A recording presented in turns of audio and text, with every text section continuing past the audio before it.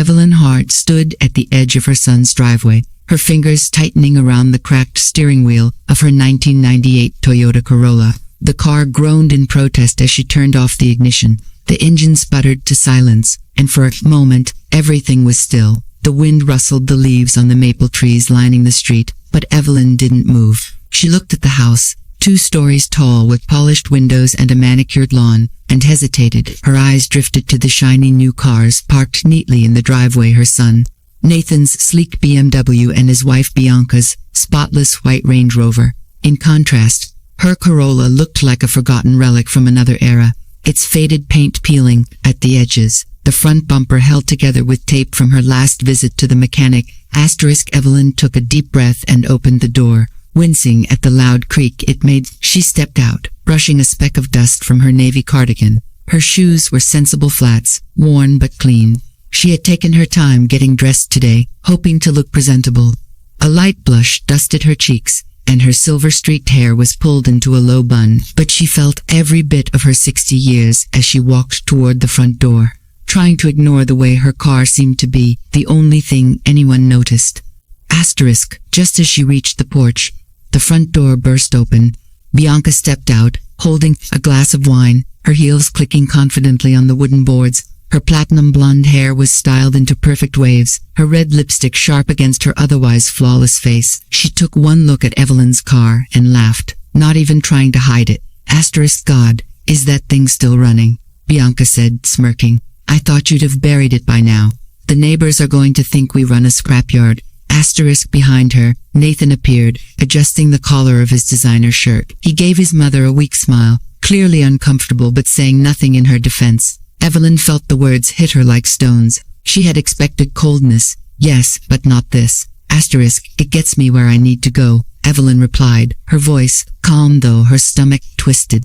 She stepped into the house, carrying the small gift bag she'd brought for her granddaughter Elise's birthday. It held a handmade scarf and a modest necklace she'd saved up for. She knew it wasn't much, but it was chosen with love. Inside, the house buzzed with laughter and music. People mingled, glasses clinked, and children ran through the hallways. The dining table overflowed with catered food and extravagant desserts. Evelyn spotted Mira, her daughter, by the fireplace chatting with 2 other women. Mira's eyes briefly met her mother's, then quickly darted away. She didn't come over. Evelyn made her way to the kitchen and placed the gift bag on the table next to a tower of glittering presents. She stood there awkwardly, unsure what to do with herself. No one greeted her. No one offered her a drink. It was as if she was invisible in a room full of people who shared her blood. Then came the laughter again, this time louder, crueler. She parked it right next to the BMW. I swear, it looked like a junkyard exhibit, someone said. Evelyn turned to see Bianca retelling the story of her arrival to a group of guests. They erupted in laughter. Evelyn felt her throat tighten. Her heart pounded as heat rushed to her face. She turned away quickly, not wanting them to see the tears forming in her eyes. She had faced worse in her life, years of working late nights, raising 2 children alone after her husband's sudden death, paying bills she could barely afford, but this was different. This was a kind of humiliation she hadn't expected. 2 face from her own family. She found a quiet corner near the window and sank into a chair. Outside, the Corolla sat humbly in the shadow of the BMW. It looked small and tired, much like she felt. She thought back to the day she bought it, 2 decades ago.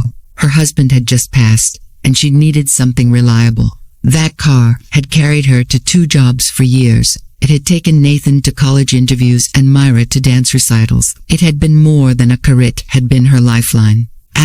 Evelyn looked around the room. Everything felt cold, impersonal, flashy. The warmth she had tried to give her children seemed to have melted into marble countertops and designer couches. When did things change? When did love become something measured in brands and bank accounts? A little voice pulled her from her thoughts. Grandma. It was Elise, her 10-year-old granddaughter. She ran over and hugged Evelyn tightly. For a moment, Evelyn's heart softened. I'm so glad you came, Elise whispered. I wouldn't miss it, sweetheart, Evelyn said, managing a small smile. She handed her the gift bag. Elise peeked inside and grinned. It's beautiful. You made this, she asked, lifting the scarf to her cheek. Evelyn nodded. I hoped you'd like it. I love it, Elise said sincerely. But before Evelyn could say anything more, Bianca called out from across the room. Elise, come take a photo with your cousins. Elise looked apologetically at her grandmother, then ran off. Evelyn remained seated, her hands folded in her lap, her chest tight. She felt the sting of being unwanted, of being reduced to a joke because she had chosen frugality and dignity over debt and display. Her eyes drifted to Nathan. He didn't look at her. Mira hadn't even spoken a word. It was time to go. Evelyn stood, walked to the hallway, and quietly slipped out the front door. No one noticed her leave. She walked slowly toward her car, the chill of the evening creeping into her bones. As she opened the door and sank into the driver's seat, she looked one last time at the house. Laughter still spilled from the windows. She didn't belong. They're not anymore. She started the engine, the old Corolla groaning in response. That familiar sound brought her comfort this time. It had never judged her. It had never failed her.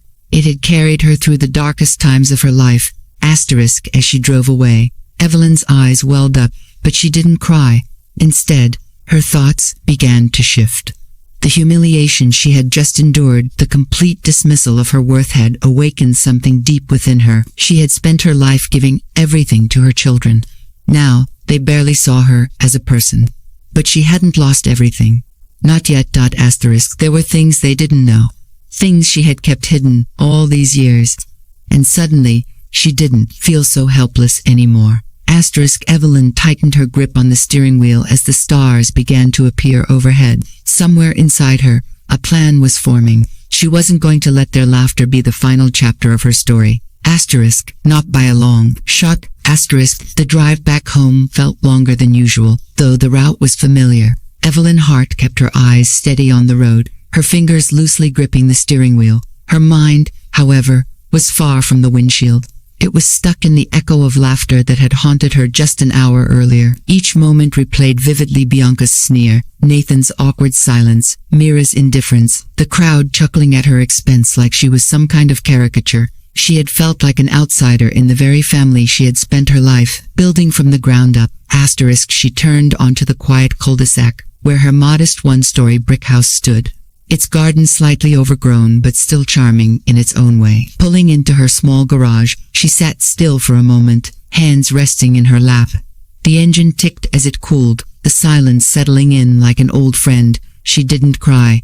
Not yet. But a heaviness wrapped around her chest like a woolen cloak soaked in rain. She opened the garage door to the kitchen and stepped inside. The house smelled faintly of lavender and old books, comforting scents that reminded her of simpler times. She turned on a single lamp, letting its warm light spill across the living room. Her slippers padded softly against the hardwood floor. As she made her way to the small corner where her late husband's favorite chair still stood, she didn't sit down. Not yet. Instead, she walked to the hallway and paused in front of a narrow closet door. She hadn't opened it in years. The knob resisted at first, stiff from disuse, but then it gave way with a dull creak. Inside, behind an old winter coat and a dusty box of photographs, was a steel safe. She knelt down and touched the cool metal, tracing her fingers along the dial. It had been over a decade since she last opened it, but her hands moved with certainty. The combination came back to her like muscle memory, her wedding anniversary, Nathan's birth year, and Myra's birth month. Click. The safe door opened with a soft groan. Inside lay a life paused in time. There were government bonds, some yellowed at the edges but still intact. Envelopes filled with cash that she had tucked away from her late husband's pension and the extra tutoring jobs she used to take in the evenings. There was a leather folder containing the deed to a stretch of farmland left to her by her grandfather. Land she had never sold because she didn't want to part with something so connected to her roots. She had quietly paid the taxes on it every year, watching its value slowly rise as urban developers began to encroach on the edges of the old farming district. And there were gold coins, 10 of them, gifted by her husband on their anniversaries, one each year until his death. She had considered selling them once, when Myra needed braces and Nathan's tuition bills arrived simultaneously, but she found another way instead. She had always found another way. She took the folder out and sat on the couch, placing it gently on her lap. Slowly, she flipped through the documents, bank receipts, small investments she had forgotten about, property tax records. She was worth far more than anyone knew, asterisk, and yet she had allowed herself to be ridiculed, like she had nothing. Asterisk, not because she wanted to be a martyr, but because she believed that humility was a form of strength. She didn't need a luxury car or a flashy house to know her worth. But tonight, their laughter had changed something.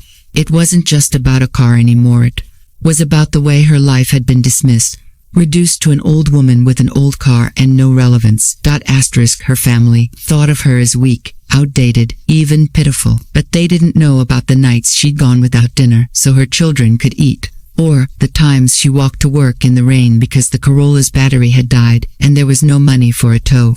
They didn't know that she had quietly paid off Nathan's credit card debt when he was starting his business or helped Myra with the down payment on her first apartment. They didn't know because she never told them. Asterisk, she had done all of it in silence, thinking love didn't need a receipt. Asterisk, but love unrecognized becomes an ache, and tonight it had turned into resolve. Asterisk, she stood up, folder in hand, and went to her small writing desk. She opened her laptop, dusted off the keyboard, and typed independent financial advisors near me. Names and websites filled the screen, but one stood out, Dr. Celeste Morley. The name sparked a memory. Asterisk, Celeste had been one of her brightest students 20 years ago. A shy girl who loved math and hated speaking in public, Evelyn had stayed late after school many evenings to help her prepare for debate competitions, building her confidence brick by brick. Celeste had gone on to graduate with honors and later became a financial consultant known for helping women manage their wealth wisely. Evelyn clicked on the website. The picture of Celeste smiling at a podium made her heart swell with pride. She sent a message. Dear Celeste, I hope you remember me. This is Ms. Harcher, old debate coach from Jefferson High. I'm writing to ask for some financial guidance. I believe I may have finally decided to do something for myself. Would you be willing to meet? Asterisk, she hit send before she could second guess herself. The next morning, the reply was waiting. Ms. Hart, of course I remember you. I'd be honored. When and where? Asterisk, they arranged to meet at a quiet cafe the following afternoon. Evelyn dressed in her best navy coat and pinned a brooch to her collar. Her husband had given her the Christmas before he died. She arrived early, choosing a seat by the window. Asterisk, Celeste arrived in a crisp gray suit, her hair pulled back, her eyes warm and intelligent. They hugged, and for a moment, Evelyn felt seen again, not as a mother or a punchline, but as someone who mattered. Asterisk, over coffee, Evelyn opened the folder. Celeste listened carefully, taking notes, occasionally glancing up with a growing look of surprise. When Evelyn finished, Celeste leaned back and smiled. Asterisk, Ms. Hart, you've been sitting on a gold mine. Asterisk, Evelyn chuckled softly. I guess I forgot to count. Asterisk, you could do a lot with this, Celeste said. You could invest, restructure, even start a foundation. What are you hoping to do? Evelyn looked out the window, her voice steady. I want to be remembered as more than a worn-out woman with an old car. I want to show my family that I am not irrelevant. But more than that, I want to remind myself who I used to be before I let everyone else decide my worth. Asterisk, Celeste nodded. Then let's build something that reflects your value. Asterisk, they spent hours going through options trusts, reinvestment plans, charitable donations. Celeste was thorough, respectful, and efficient. But she also saw the emotion behind the numbers. She understood this wasn't just about money. It was about healing. That evening, Evelyn walked back to her Corolla with a sense of calm she hadn't felt in years. She didn't hate that Corinne had carried her through life's storms, but she was ready to make room for something new, not to impress others, but to reclaim the narrative of her own story. Asterisk, she didn't want to be pitied. She didn't want revenge fueled by bitterness. Asterisk, what she wanted was a moment, just one moment, where she walked into a room and made them all stop, speechless, not because she'd changed, but because she'd finally allowed the world to see what was always there. Asterisk, she had driven through life's hardest roads in that old Corolla. But now, it was time for something different. Asterisk, she wasn't buying a car. Asterisk, she was buying a mirror to reflect her strength back at those who had failed to see it. Asterisk, Evelyn sat quietly on the edge of her bed the next morning, the early sunlight spilling in through the lace curtains and dancing across the wooden floor of her modest bedroom. The folder containing all her hidden wealth and documents rested neatly beside her, and yet she felt no rush to open it again. The past few days had stirred something unfamiliar in her fire, a spark that had lain dormant beneath layers of duty, sacrifice, and unacknowledged pain. It wasn't just about a car, or even the humiliation she had endured. It was about remembering that she had once been a woman with dreams of her own before life forced her to live entirely for others. Asterisk as the clock on the wall struck 9. Her phone vibrated gently on the nightstand. A message flashed on the screen, from Celeste, confirmed for 11 a.m. See you at Golden Laurel Cafe. I'll bring my laptop. Evelyn smiled to herself. She had barely slept. Not from anxiety, but from the quiet anticipation of doing something entirely for herself for the first time in decades. Asterisk, she got dressed slowly, taking care with each part of her appearance. A cream-colored blouse, neatly ironed, a light gray skirt that she hadn't worn since her retirement party. She put on a delicate necklace, one that had belonged to her mother, and dabbed on a bit of perfume she had almost forgotten she owned. As she looked in the mirror, she saw someone both familiar and new. She saw a woman reclaiming her name, not just her place. Asterisk, she arrived early at the cafe, parked her old Corolla discreetly at the far end of the lot, and walked inside with the folder tucked beneath her arm. The cafe was warm and stylish, with wooden beams, amber lights, and the faint scent of cinnamon in the air. A young waitress offered her a menu, but Evelyn declined politely, opting instead for a small table near the window. Asterisk, a few minutes later, Celeste entered, wearing a crisp navy blazer over a silk blouse, laptop bag slung over her shoulder, and a sense of presence that turned heads. Evelyn watched her approach, pride swelling in her chest. This young woman, once a shy student stumbling through class presentations, now radiated confidence and poise. Asterisk, Ms. Hart, Celeste said warmly, as they hugged. I've been thinking about you since yesterday. I still can't believe you kept all of that under wraps for so long. Asterisk, Evelyn laughed lightly. Old habits die hard. I grew up in a time when women were taught to save quietly and not make noise about their worth, but I think I've finally had enough of being quiet. Asterisk, Celeste nodded, taking out her laptop and a leather notebook. So, where would you like to begin? Asterisk, Evelyn placed the folder on the table and gently slid it toward her.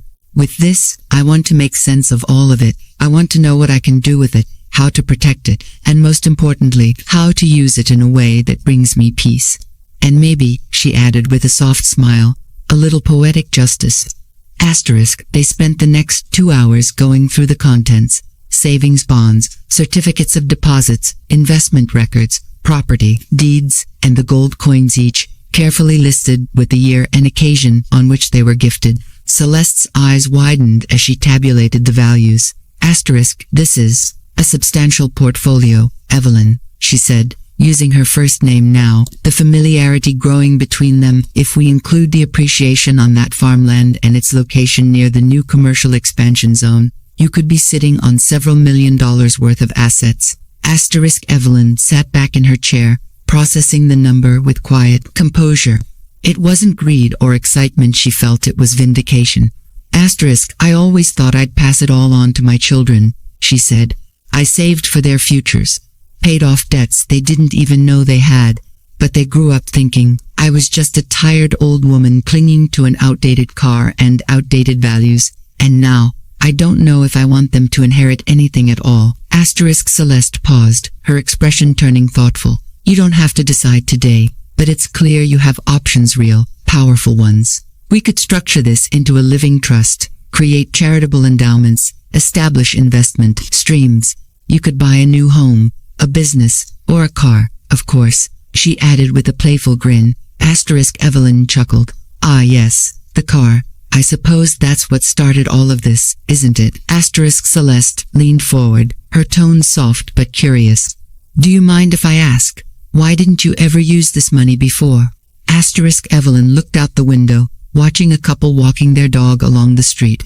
Because I never needed it for myself. I thought that was what sacrifice meant. That as a mother, you gave everything and asked for nothing. I kept telling myself that love doesn't come with expectations. But the truth is, if you give without ever receiving, you eventually run dry. Asterisk, Celeste nodded slowly, It's okay to want recognition. It doesn't make your sacrifices less meaningful. It just makes you human. Asterisk, there was a silence between them, filled not with discomfort but understanding. Evelyn turned back to her. Asterisk, I want to do something that reminds me that I still matter, she said, something bold. Not out of revenge, but as a statement. Asterisk, Celeste typed a few things on her laptop, then turned the screen toward her. Well then, let me show you something. Asterisk, displayed were several luxury vehicles. Names Evelyn had only heard in passing: Bentley, Jaguar, Tesla, but the one that caught her attention wasn't the most expensive or flashiest. It was elegant, timeless, a Rolls-Royce Phantom, deep black with silver trim, its body glinting under showroom lights. Asterisk, Celeste smiled. This model just arrived at a dealership a few miles out. Classic, powerful, and refined, kind of like someone I know. Asterisk, Evelyn stared at the image. She could almost hear it hum. See herself driving down the lane with the windows rolled down, not caring what the world thought, not as a display of arrogance, but as a declaration. I am not invisible. Asterisk, I think I want to see it, she said softly. Asterisk, then, let's make an appointment, Celeste replied, already dialing the dealership. And Evelyn, you don't owe anyone an explanation for doing something for yourself. They left the cafe an hour later, the plan beginning to take shape. Evelyn walked past the Corolla, touching its hood gently, almost reverently. It had served her faithfully, but its time was ending. Asterisk, that night, Evelyn returned home with a head full of numbers, images, and ideas. She sat in her reading chair, lit a single lamp, and stared at the old photograph of her and her husband on their wedding day. He had always believed in her, encouraged her to think beyond the limits life imposed. She imagined what he would say, now probably something dry and witty, but full of love. Asterisk, she closed her eyes and whispered to the silence of the room, I didn't forget who I was. I just paused her for a while. Asterisk, she thought of her children, not with bitterness, but with a painful acceptance. They had grown into people shaped by a different world, a world that measured success by what you wore, drove, and owned. But she would not chase their approval anymore. She would live for herself. Asterisk, she opened her notebook and began to jot down the things she wanted to do. Things she had put off for too long. Donate to the local library. Start a scholarship fund for girls in need. Take a trip to the coast where she and her husband had once promised they'd retire. Asterisk, and yes, buy that Rolls-Royce. Asterisk, not to flaunt, not to provoke, but to remind herself, and the world, that quiet strength can roar when necessary. Asterisk, as the night deepened, Evelyn felt something shift inside her, not just a plan being made, but a life being reclaimed. The quiet librarian, the single mother, the woman in the old Corolla. She was still all those things, but now she would be more. Asterisk, she would be seen. She would be remembered, and she would never again let anyone mistake her silence for insignificance. Asterisk, the sky was overcast the next morning, a soft gray blanketing the town like a sheet pulled over a resting body. Evelyn Hart awoke earlier than usual, even before the birds had begun their morning chatter. Her hands moved instinctively for the blanket at the foot of the bed, brushing her hair at the vanity, brewing her morning tea, but her mind was ablaze with thoughts. She was about to do something bold, something uncharacteristic, something that would speak not with words, but with presence. Asterisk, the appointment at the Rolls-Royce dealership had been confirmed the night before. Celeste had arranged everything. Was expected at 11 a.m., and a senior executive would personally walk her through the showroom. The gravity of it all hadn't fully landed on her until she saw the confirmation email printed on her kitchen table that morning, beside her tea and toast. She stared at it for a long moment. It wasn't about the car. Not really. It was about rewriting the story they had written for her, her children, society, the people who saw her as an aging woman with nothing left to offer. They had seen her as background noise in a world of louder, shinier distractions, but today she would remind them that silence is not absence, and humility is not weakness. Asterisk, dressed in a soft, charcoal gray coat and leather shoes polished to a subtle shine, Evelyn grabbed her folder and handbag, locked the front door, and walked to her car. The Corolla seemed to sense the shift in energy, humming softly as if acknowledging its own farewell. She rested her hand on the steering wheel one last time, taking in the comforting scent of old upholstery and memories. It had been her trusted companion, but today marked a turning point. Asterisk, she drove through the city with steady hands, the traffic flowing easily around her. She passed the coffee shop she used to visit with her husband, the bookstore where she'd taken Myra as a child, the park where Nathan had learned to ride a bike. Each landmark reminded her of who she had been: devoted, giving, selfless, and yet, for all she had done, the people closest to her had seen only what they wanted to see. Asterisk, the dealership came into view like a cathedral of modern luxury, glass walls towering high, showcasing vehicles that gleamed like works of art. Evelyn's car was the oldest vehicle in the entire parking lot. She parked discreetly in the corner, drawing cautious glances from a few men in tailored suits standing by the showroom entrance. She didn't acknowledge them. She didn't need to. Asterisk, inside, the air was cool and perfumed with leather and polished wood. A receptionist with a professional smile greeted her. Asterisk, good morning. Do you have an appointment? Asterisk, yes, Evelyn replied with calm confidence. Evelyn Hart. I'm here to see Mr. Colburn. Asterisk, of course, Ms. Hart. Right this way. Asterisk asked. She followed the young woman through the hall of glass and chrome. Evelyn noticed how the staff began to take her more seriously with each step. Perhaps it was the firmness in her stride or the quiet dignity in her expression. Perhaps it was simply the name on the appointment list, someone who had an actual consultation arranged. She wasn't browsing. She was buying.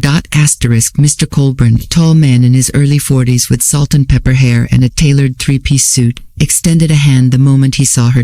Asterisk, Ms. Hart, he said warmly. Welcome. Celeste spoke highly of you. We're honored to have you here. Asterisk, thank you, she replied with a soft nod. Let's take a look, shall we? Asterisk, he guided her to a private section of the showroom, where the Phantom sat beneath a soft halo of spotlight. It was stunning, sleek, regal, and unapologetically commanding.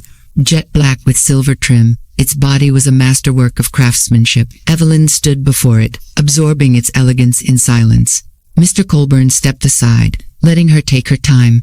Asterisk, she didn't approach it like a giddy customer thrilled by extravagance. She approached it like a woman reclaiming her name. The car wasn't just a car. It was her voice, the one they hadn't heard over the years of sacrifice and silence. Asterisk. She opened the door and slipped inside. Asterisk, the interior smelled of fresh leather and quiet power. The seats hugged her like they belonged to her. The dashboard gleamed with subtle wood accents. The steering wheel, perfectly smooth, felt like command in her hands. She sat there for several moments, eyes closed, imagining herself behind the wheel on the road she'd traveled so long, this time no longer overlooked. Mr. Colburn opened the passenger door gently. We can customize anything you'd like. Embroidery, finishings, but I must say, you suit this one perfectly as it is. Evelyn smiled, not at the compliment, but at the truth in it. I'll take it, she said simply. Asterisk, he blinked. You're sure? Asterisk, yes, she replied. I'd like to pay in full. I'll have the funds transferred this afternoon. Asterisk, very well, he said, recovering quickly. We'll have everything prepared. And Ms. Hart, congratulations. This isn't just a purchase. This is an arrival. Asterisk, she walked through the rest of the process with quiet grace, signing papers, confirming the delivery date, arranging for the vehicle to be delivered to her home in 3 days. She declined the celebratory champagne offered afterward.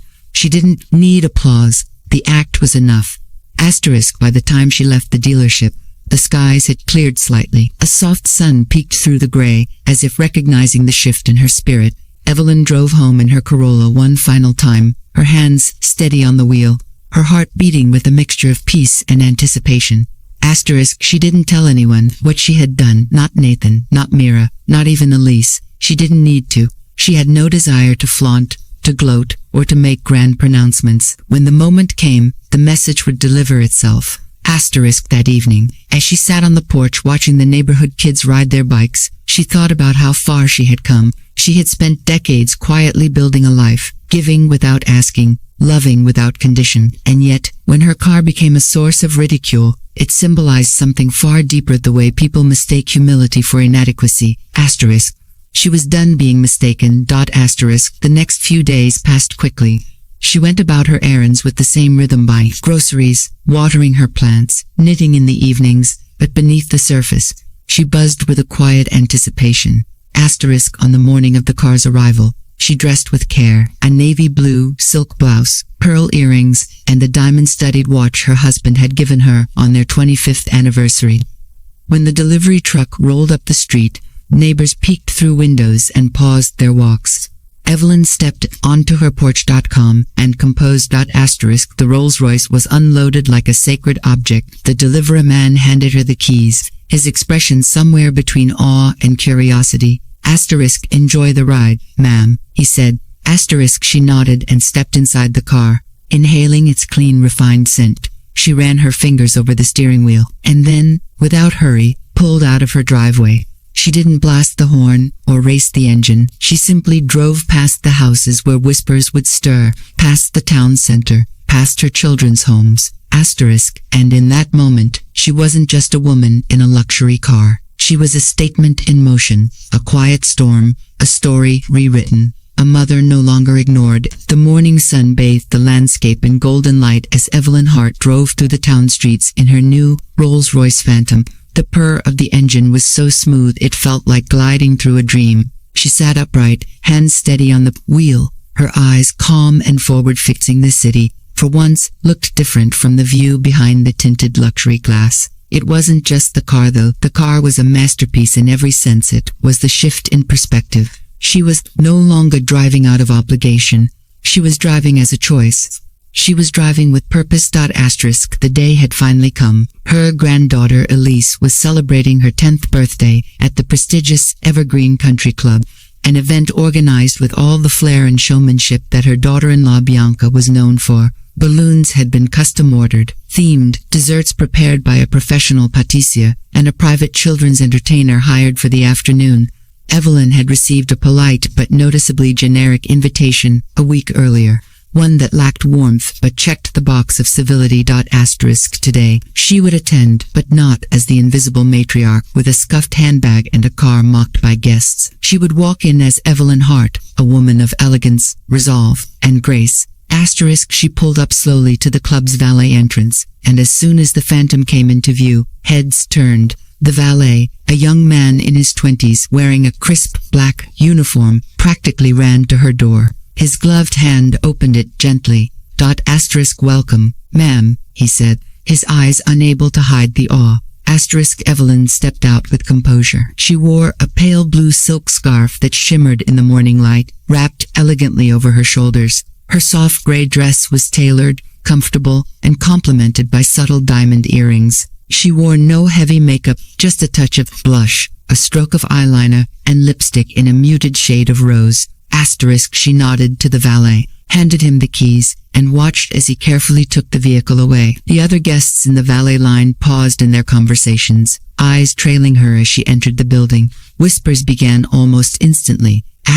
Inside, the club was buzzing with music, laughter, and conversations. Children ran about with balloon animals and painted faces while adults sipped champagne and made polite conversation. Bianca stood near the stage in a vibrant coral dress, barking instructions to a server about the timing of the cake. Nathan was beside her, scrolling through his phone, only half listening.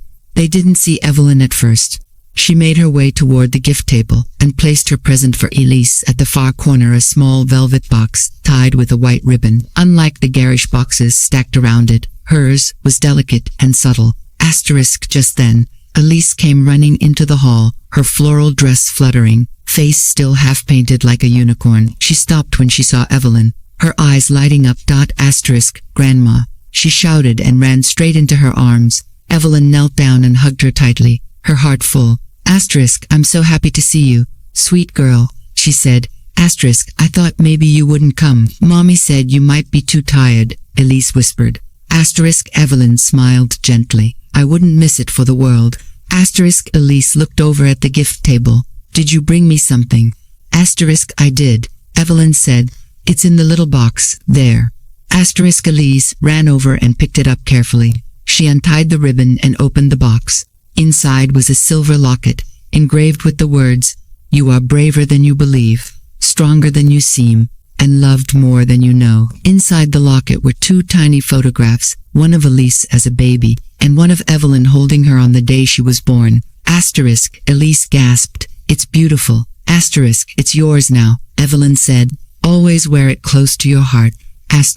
I will, Elise said. I'm going to show Mummy. And with that, she ran off. Evelyn stood quietly by the refreshment table, sipping a glass of water. A few guests approached, her some she hadn't seen in years, offering polite hellos and admiring her presence. They complimented her dress, her poise, and of course, her car. Was that a phantom you pulled up in? One woman asked. Wide-eyed yes. Evelyn replied simply, with a small smile. I decided it was time for something new. When Elise reached Bianca and Nathan, with the locket in her hand, both parents stiffened. Bianca's smile faltered as her eyes scanned the room, finally landing on Evelyn across the hall. Oh, Bianca said flatly. She came. Nathan looked up from his phone and narrowed his eyes as if struggling to process the sight of his mother, not just present, but glowing. She didn't mention anything about getting a new car, he muttered. She pulled up in a Rolls-Royce, Nathan, Bianca hissed. Do you have any idea how much those cost? Nathan's jaw clenched. He didn't, but it was more than he'd ever imagined his mother could afford. As the cake-cutting ceremony approached, Bianca took to the microphone to welcome guests and give a short speech. Evelyn stood at the back, applauding politely when Elise blew out her candles and accepted hugs from her cousins. She didn't demand a front row seat or try to insert herself where she wasn't wanted. She simply watched with contentment. Her presence now undeniable. After the cake was served and the music picked back up, Nathan finally made his way over to her. He tried to look casual, but the tension in his jaw betrayed his discomfort. Hi, Mom, he said. I didn't know you'd be coming in something like that. Evelyn sipped her water, unfazed. Oh, I was invited, wasn't I? Of course, he said quickly. It's just, I didn't realize you were doing so well. I always have been, she replied, her tone even. You just never asked. He blinked. Where'd you get the money for the car? She tilted her head slightly. Does it matter? Yeah, that's not just a car. It's a decision, she interrupted gently. A very deliberate one. Bianca approached then, her smile brittle. Evelyn, the car is stunning. We were just saying we didn't know you were investing these days. I suppose you learn a lot when people underestimate you, Evelyn said, her smile polite but pointed. Bianca gave a tight laugh. Well, if you ever want help managing things, we'd be happy to connect you with our financial planner. That's kind, Evelyn said, but I'm working with someone who actually knows me, someone I taught long ago. I'm in very good hands. With that, she excused herself and walked away, leaving them both rooted in place. Later that afternoon, as the party wound down and families began to leave, Elise found her grandmother near the fountain in the garden. Thank you again for the locket, she said. I'm going to wear it every day. Evelyn hugged her one more time. That's all I need to hear. As the valet returned with her car, heads once again turned. The soft purr of the engine, the glint of chrome, the unmistakable silhouette of quiet power, it all made a statement. But it wasn't about wealth or showing off, it was about grace, resolve, and a life that had value long before anyone noticed. She drove away with a peaceful heart, the laughter and whispers behind her fading like echoes in the rearview mirror. She didn't need their approval.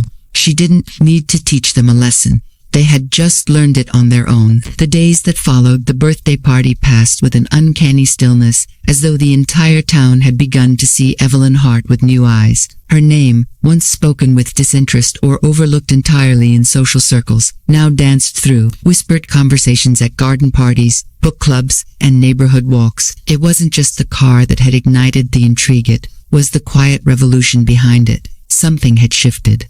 Evelyn had gone from the background to the center of everyone's curiosity, and no one was quite sure how to process it. Evelyn, meanwhile, returned to her routines, not because she had anything to prove, but because she had never done any of this for attention. Her morning walks continued, except now heads turned when she passed. Her visits to the local grocery store drew more than polite nods. Strangers complimented her elegance. Mothers at the park smiled at her as if she were royalty. Teenagers at the gas station whispered behind cupped hands, pointing and wondering who she was.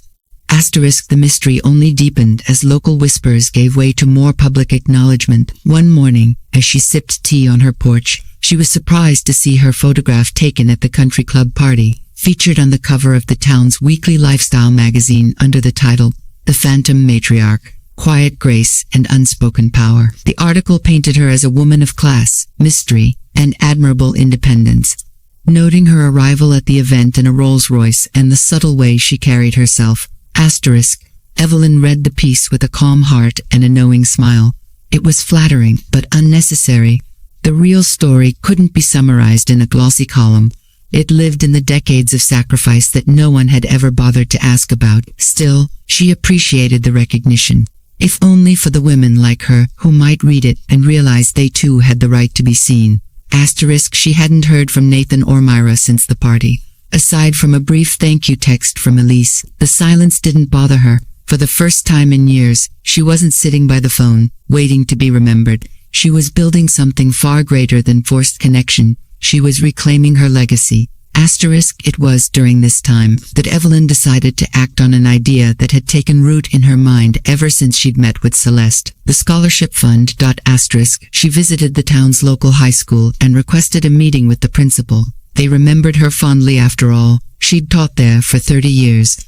Within an hour, she was walking through the familiar halls again, this time with a new purpose. She proposed a small scholarship in her husband's name, awarded annually to a graduating young woman who exhibited determination, compassion, and the desire to make a difference, qualities that had defined Evelyn's own life. Asterisk, the principal was deeply moved, and soon, with Celeste's help, Evelyn had established the Raymond Hart Memorial Scholarship, backed by a long-term investment that ensured its sustainability.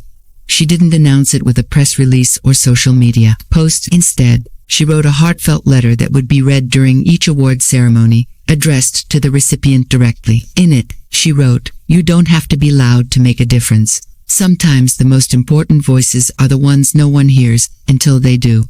Asterisk, a few days later, Evelyn found herself at the local library, in another place where she'd spent years volunteering, tutoring children, and helping with community events. She met with the head librarian and offered to fund a renovation of the children's reading room, new shelves, fresh books, comfortable seating, and a storytelling nook. She wanted it to feel magical, a space where young minds could wander and wonder. Asterisk, as plans were drawn up, volunteers recruited, and renovations scheduled, Evelyn visited often, offering ideas and overseeing progress. She began to feel something she hadn't felt in a long time, deep personal joy, not because others were noticing her now, but because she was using what she had to build meaning for others. Asterisk, but the piece didn't remain untouched for long. Asterisk, one afternoon, as she returned from the library, she found a note slipped under her door. It was written in Mira's elegant handwriting. "Can we talk? Please call me, Mira."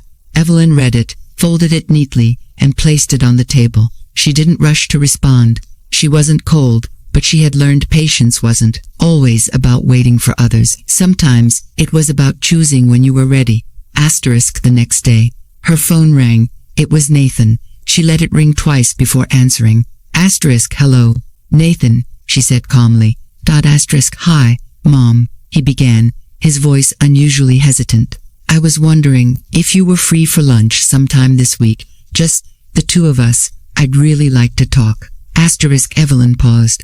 "What about?" Asterisk, "Well, to be honest, I think I owe you an apology." Asterisk, she was silent for a moment, then replied, "I'm free on Thursday, the cafe by the lake." Asterisk, "Yes, perfect noon." "Noon," she confirmed, then gently ended the call. On Thursday, the cafe was quiet, tucked by the water with a view of weeping willows dancing in the breeze. Evelyn arrived first, choosing a corner seat. She wore a soft lavender cardigan and carried a leather-bound notebook filled with scholarship ideas.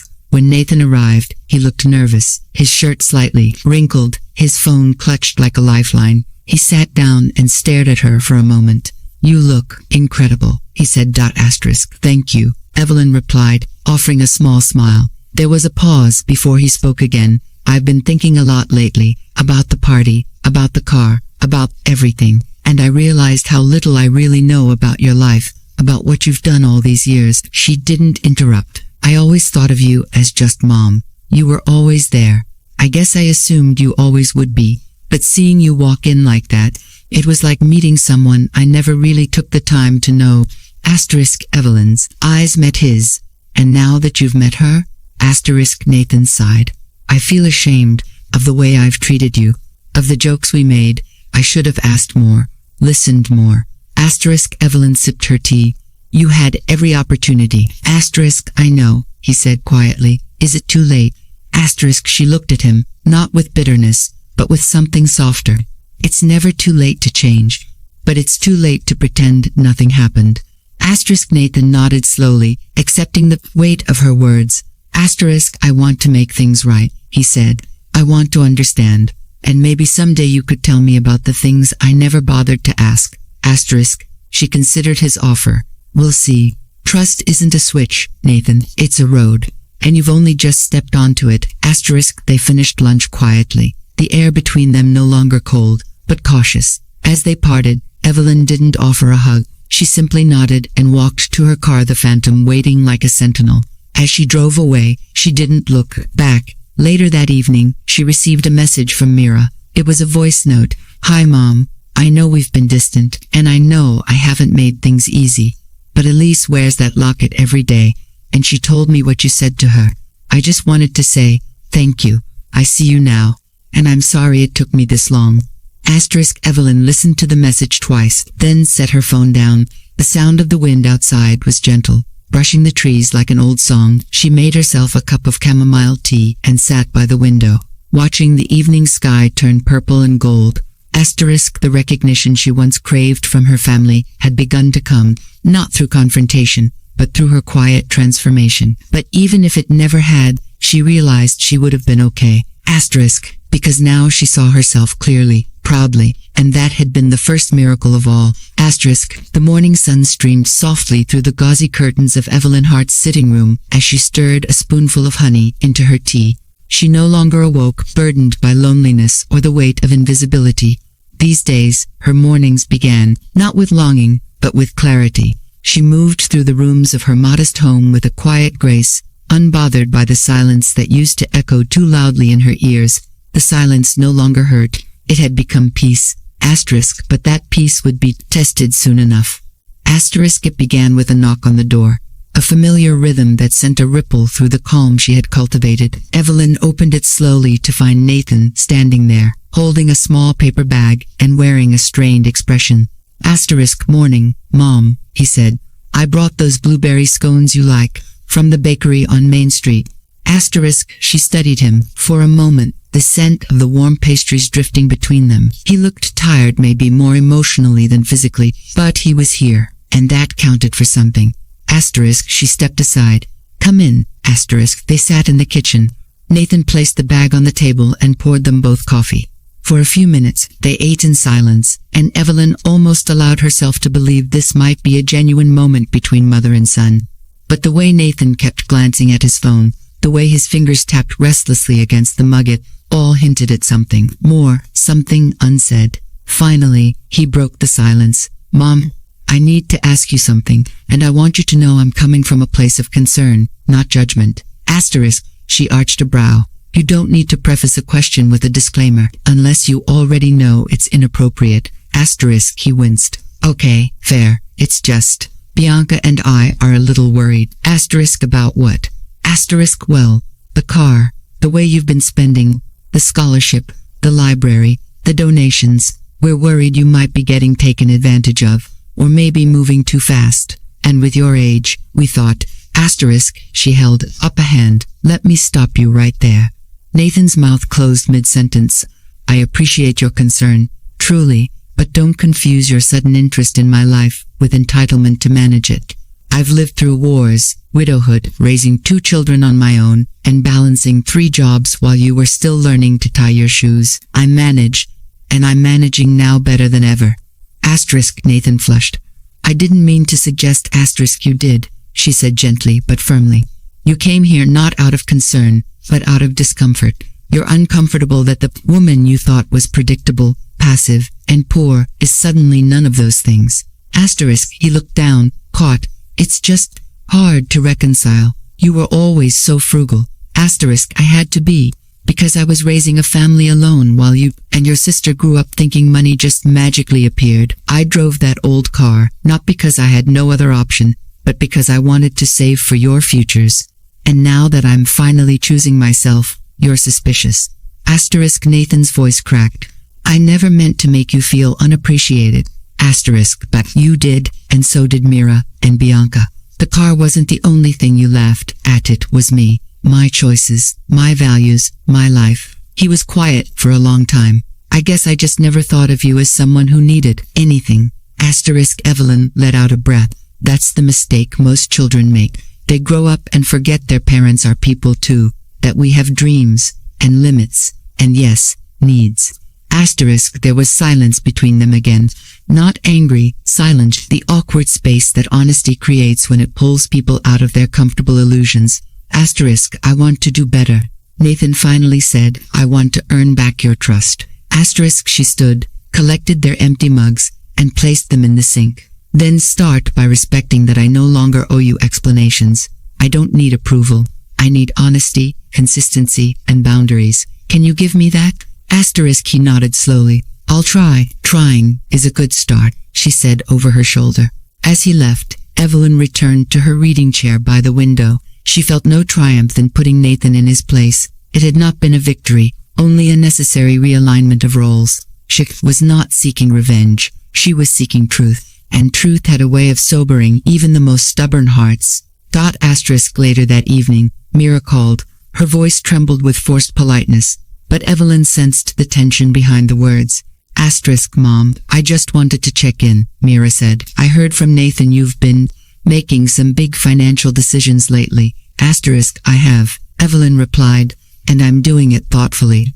Asterisk, well, I was wondering if there's a new will or anything being set up. I hope you're not forgetting that we're family. Evelyn let the words hang in the air. I haven't forgotten anything, she said coolly. But let me ask you something, Mira. When's the last time you called me just to talk? Not for help with the kids or your rent or a favor, but just to hear my voice. Asterisk, Mira faltered. That's not fair. Asterisk, no, Evelyn said.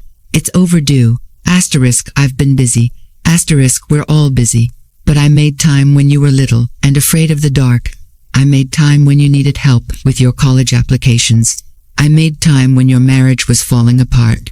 And all I ever asked in return was respect. Not gifts, not money, just a place in your heart. But I stopped being a person to you. I became a function, a favor machine. Asterisk, Mira's voice cracked. I didn't realize. Asterisk, you didn't want to, Evelyn replied. But you see it now. And that matters. Asterisk, there was a long silence. And then Myra whispered, I'm sorry, Mom. I really am. Asterisk, I know, Evelyn said. And I forgive you. But forgiveness doesn't mean I erase everything. It means I'm open to something new. A relationship built on mutual care, not obligation. The call ended with a tearful promise to do better. That night, Evelyn stood before her mirror. She removed her scarf, unpinned her earrings, and stared into her own reflection. The woman staring back was no longer the version of herself she had tolerated for years. She was no longer the mother desperate to be seen, or the widow who had folded herself into shadows. She was Evelyn Hart. She wasn't just respected now, she was heard. And more importantly, she was finally hearing herself. Asterisk, her phone buzzed again. A message from the local news outlet. They wanted to feature her in a segment titled Women of Impact. Quiet power, bold legacy. Evelyn chuckled softly. The irony of being considered newsworthy now, after a lifetime of silent endurance, was not lost on her. Asterisk, she declined the interview. Not because she was ungrateful, but because the story she had rewritten for herself didn't need a headline. Asterisk, she wrote. In her journal that night, a habit she had recently resumed, she scribbled down reflections, memories, affirmations. One line stood out. Asterisk, they saw my silence as weakness, but silence was my sanctuary. And now, my voice is a gift not for them, but for me. Asterisk, she closed the notebook and looked out her window at the moonlit street. The Phantom sat quietly in the driveway, its polished frame glowing under the stars. Asterisk, but Evelyn didn't need the car anymore to feel powerful. She had become her own revolution, and no one could unsee her now. Asterisk. The following weeks unfolded with a sense of quiet determination as Evelyn Hart's days grew richer in meaning and purpose. While the town still whispered about her transformation and marveled at her car, Evelyn had turned her focus inward. She wasn't chasing approval anymore. She wasn't trying to impress or correct those who had once dismissed her. That season had passed. Now, she wanted her legacy to ripple beyond her personal circle, to touch lives in ways no headline or social gathering ever could. Asterisk. The community had started to take notice of her influence beyond the surface. It began with the scholarship. The school's newsletter shared a touching story about a bright but underprivileged girl named Mariana who had become the first recipient of the Raymond Hart Memorial Scholarship. She had dreams of becoming a social worker and helping children who, like her, had grown up in homes plagued by silence and hardship. Evelyn had quietly attended the award ceremony, sitting in the last row of the auditorium, tearfully watching as Mariana's name was called. The girl had worn a dress that was too big for her, borrowed shoes, and trembling hands, but her eyes sparkled with hope. Asterisk. When Mariana approached the microphone and thanked the anonymous woman who believed in a girl no one else saw, Evelyn felt something inside her heal. Asterisk. She was no longer invisible, and now, she was ensuring others wouldn't be either. Asterisk. That evening, as she sat in her favorite armchair, a journal on her lap, Evelyn wrote a letter to Mariana. She didn't include her full name or address. Just a note left with the principal, to be passed along. Asterisk. You are not invisible, she wrote. Your story matters. Keep walking with courage. The world may not always clap when you arrive, but that doesn't mean you don't deserve to be in the room. Asterisk. The next initiative Evelyn threw herself into was the library. Renovations had begun, and she was often seen there with rolled-up sleeves, helping repaint the walls and install bookshelves. Volunteers admired her commitment. Children flocked to her as she read classic tales in the new storytelling nook, her voice warm and animated. She didn't seek publicity. She simply gave. One afternoon, after reading Charlotte's Web to a group of wide-eyed children, a little boy tugged on her scarf and asked, "Are you magic?" Asterisk. She laughed, brushing his hair gently. "No, sweetheart, just patient." But not everyone celebrated her transformation. Though Nathan and Mira had softened since their earlier confrontations, they were still uneasy. They had begun to realize that the woman they'd boxed into a role, caretaker, helper, background, had stepped out of it entirely. She wasn't seeking their permission, nor was she returning to her old patterns of quiet compliance. She wasn't angry, but she was resolute. Their discomfort came not from her wealth or choices, but from the realization that they had never truly known her, and perhaps never truly tried. Asterisk. One Saturday morning, Mira stopped by, unannounced. Evelyn had just finished arranging a small bouquet for the local nursing home and was tying a ribbon around the stems when she heard the knock. Asterisk. Myra. She greeted her daughter, surprised. "Everything all right?" Asterisk. Mira hesitated, hands tucked into her coat pockets. "Can I come in?" Asterisk. Evelyn stepped aside. They sat at the kitchen table, where the scent of cinnamon lingered from a freshly baked loaf Evelyn had taken out earlier. Asterisk. "I went to the library yesterday," Mira began. "I saw what you've done there. The mural, the reading nook, the little lending shelf. It's beautiful." Asterisk. "Thank you," Evelyn said. "It's become one of my favorite places." Asterisk. Mira looked at her with something that resembled both admiration and sadness. "I keep wondering why I didn't know this part of you before, why I didn't bother asking." Asterisk. Evelyn folded her hands. "Because it was easier not to. I let you believe I had nothing going on because I thought that was my role. To stay small so you could grow big. To be there when needed. Silent when not." Asterisk. "But you were never small," Mira whispered. "I just didn't look close enough." Asterisk. Evelyn reached across the table and touched her daughter's hand.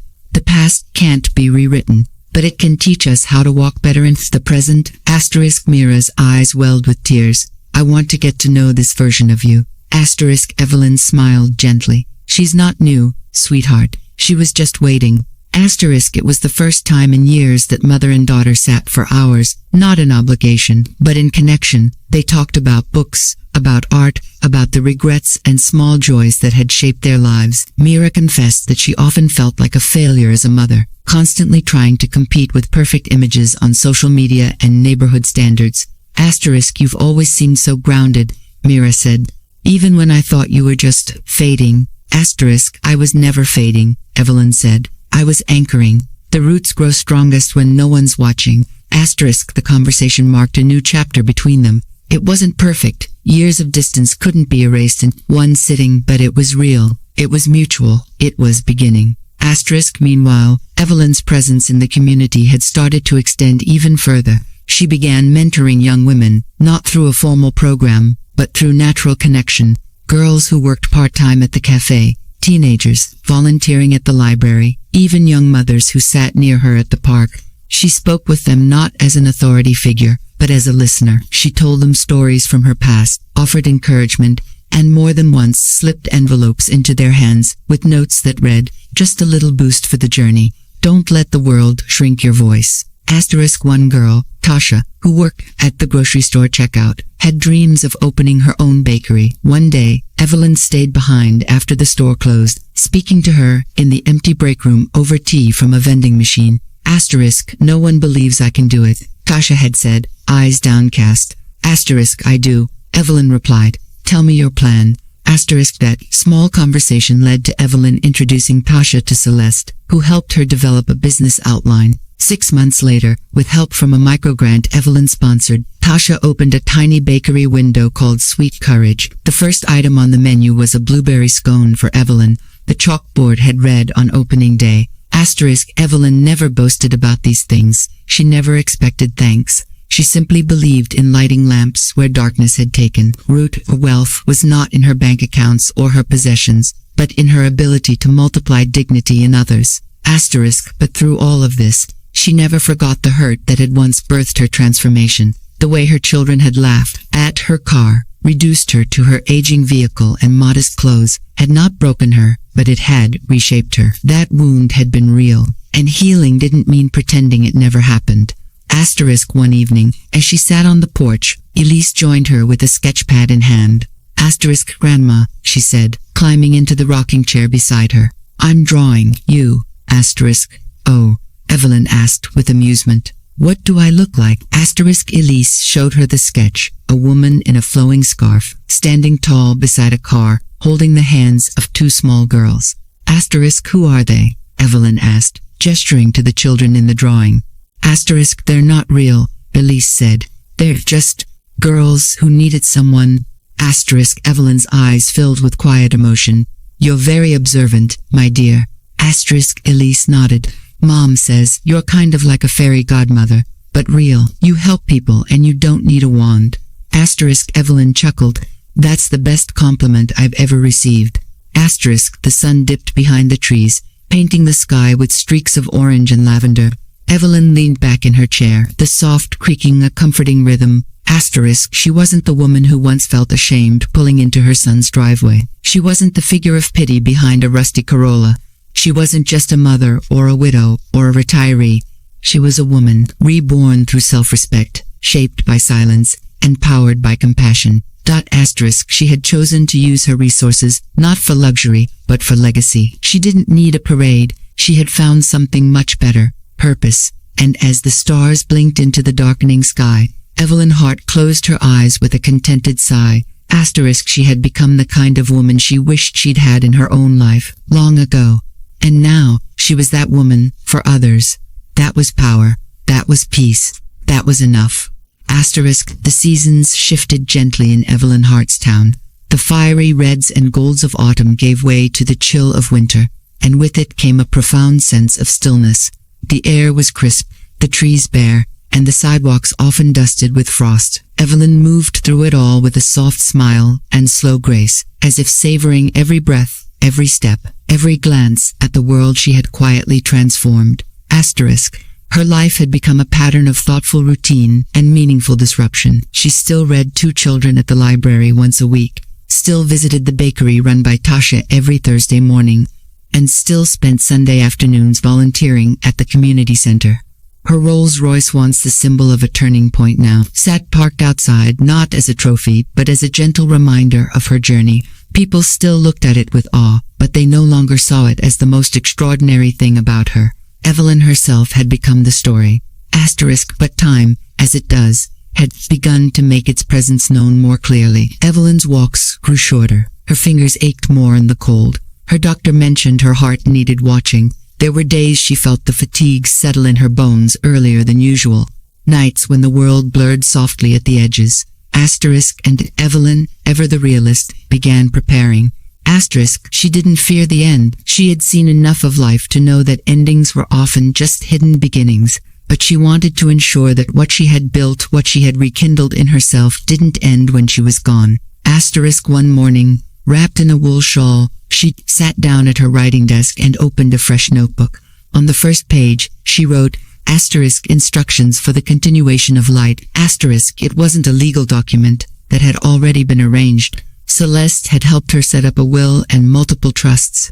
Her estate, excluding personal effects, had been structured with precision. Her home would become a mentorship space for underprivileged girls. Her remaining investments were directed to 3 scholarship funds. The Rolls-Royce was to be auctioned and the proceeds used to build a children's literacy center in the town. Asterisk, but this notebook, this was something more personal, more poetic. Asterisk, it contained letters, reflections, affirmations, and memories written for those she had helped and those who had hurt her. For Elise, she wrote stories and lessons disguised as bedtime tales. For Tasha, advice about running a business with compassion. For Mariana, encouragement to never lose her fire even when the world grows cold. For Nathan and Mira, pages filled with honesties, sometimes painful, sometimes forgiving, but always laced with the truth of her heart.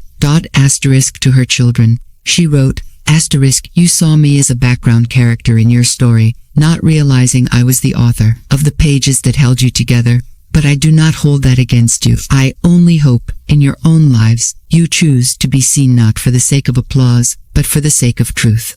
Asterisk, she placed the notebook in the same safe where the bonds and deeds had once rested. This time, it held something even more valuable, her voice. Winter deepened. One morning, Evelyn didn't show up to the library. Asterisk by afternoon.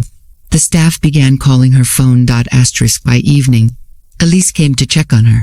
Asterisk, she found her grandmother in the reading chair, shawl draped over her shoulders, book still resting on her lap. Her eyes were closed, her expression peaceful. A candle had burned out beside her, wax cooled in a small dish. There was no fear, no struggle, just stillness. Asterisk, Evelyn Hart had passed away the way she had lived quietly, gracefully, and with purpose. The news swept through the town with the weight of a falling star. There were no dramatic headlines. No national stories, but locally, Evelyn's passing was felt like the sudden dimming of a beloved lighthouse. The bakery closed for a day. The library lowered its flag. The community center lit candles. The girls she had mentored, now young women, stood in a circle and read aloud from the notebook she had left behind. Asterisk, at her funeral, the hall overflowed, not with opulence or forced ceremony, but with presence.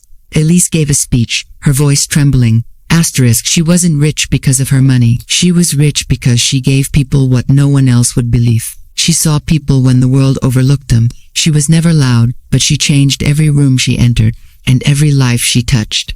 Asterisk, Nathan and Mira sat in the front row, hands clasped, tears streaming down their faces, not only because they had lost their mother, but because they had just begun to truly find her. Asterisk, as instructed, the Rolls-Royce was auctioned. A philanthropist who had once read about Evelyn in a small-town magazine purchased it, inspired by her story. The funds went straight to the construction of a literacy center that bore her name, the Evelyn Hart Reading Garden. It featured a mural of a woman in a scarf reading to children beneath a tree, likeness so precise it felt as if she was still there. Asterisk, the mentorship home launched within months, guided by a board of women who had once sat in Evelyn's kitchen, their hands trembling as she handed them the keys to new futures. They named it the Hart House. Asterisk, and the scholarship. It continued, growing with time, as new students, girls who had lost parents, girls who had been silenced by poverty or dismissed because of circumstance, rose to speak, to dream, to lead. Asterisk, one day, Mariana, now in her senior year at college, stood in front of a graduating class to deliver a speech. She held a crumpled letter from Evelyn, the one she had received years ago. Asterisk, she told me that the world may not always clap when I arrive, but it's still my room to walk into. She gave me that permission, that power, that grace, and I carry her voice inside me wherever I go. Asterisk after the ceremony, a young girl approached Mariana with wide eyes and whispered, "Do you think I could be like her?" Asterisk Mariana knelt and smiled. "I think you already are." Asterisk back in Evelyn's home, the original notebook remained safely tucked inside the safe. Its contents had been copied, framed, and distributed, but the original was sacred. It became a part of the mentorship program's traditions. Each new mentee was brought to the house and allowed to read a single letter from Evelyn's hand. Asterisk, and so, even in death, Evelyn spoke. Asterisk, she whispered through pages, through stone, through memory. Her story had not ended, it had unfolded. Asterisk years later, Elise, now grown and standing in front of her own classroom, would tell her students about a woman who had driven a car people laughed at, and how that woman ended up owning not just a roof but her own destiny. She would end the story by writing on the board, "You are not invisible. You are not too late. You are not small." Asterisk, the students would look at her in awe, some understanding immediately, others storing the message for later. Evelyn Hart had become more than a woman. She had become a blueprint, a lesson in rising, a monument made not of marble, but of mercy. Asterisk, she had lived her final years in full bloom, rooted in the soil of her own truth. Asterisk, and in that, she had won a kind of immortality. Asterisk, not through wealth, not through fame, but through legacy, through love, through light. Asterisk.